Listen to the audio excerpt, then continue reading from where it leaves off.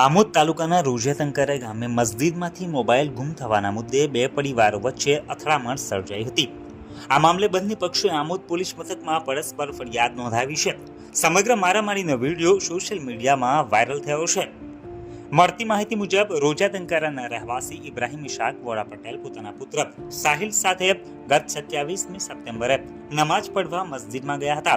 તે દરમિયાન સાહિલનો મોબાઈલ ગુમ થતા ગામના જ જાવેદ ઇબ્રાહિમ વોરા પટેલ ઉપર શંકા કરી પૂછપરછ કરવામાં આવી હતી।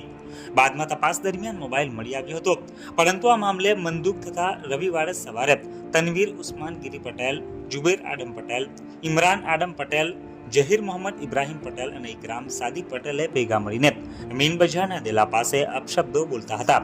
આ સમયે ફરિયાદી ઇબ્રાહિમ ઇશાક પટેલ, સાહિલ પટેલ, ઇરફાન આડમ પટેલ અને ઇમરાન આડમ પટેલે અહીંયા મહિલાઓ હોય અપશબ્દ ન બોલવા કહેવા પહોંચતા સામે પક્ષ ઉશ્કેરાઈ ગયો હતો અને લાકડાના સપાટા વડે હુમલો કર્યો હતો, જેમાં ફરિયાદી પરિવારના સભ્યોને ઈજાઓ પહોંચી હતી। આ અંગે ઇબ્રાહિમ પટેલે આમોદ પોલીસ મથકમાં 4 લોકો સામે ફરિયાદ નોંધાવી છે।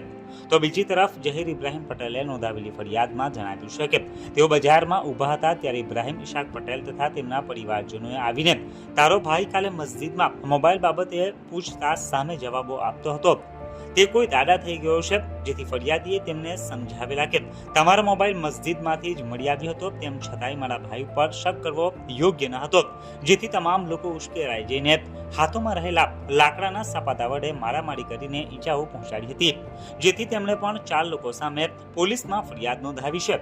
આમોદ પોલીસે બંને પક્ષોની ફરિયાદો નોંધી વધુ તપાસ હાથ ધરી છે। અત્રે ઉલ્લેખનીય છે કે મારામારીની સમગ્ર ઘટના કોઈએ વિડીયો રૂપે કેદ કરી સોશિયલ મીડિયામાં વાયરલ કરી છે।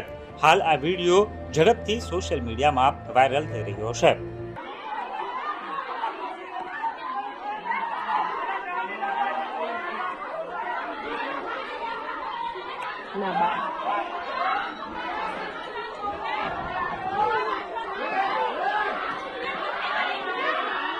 Salam bos.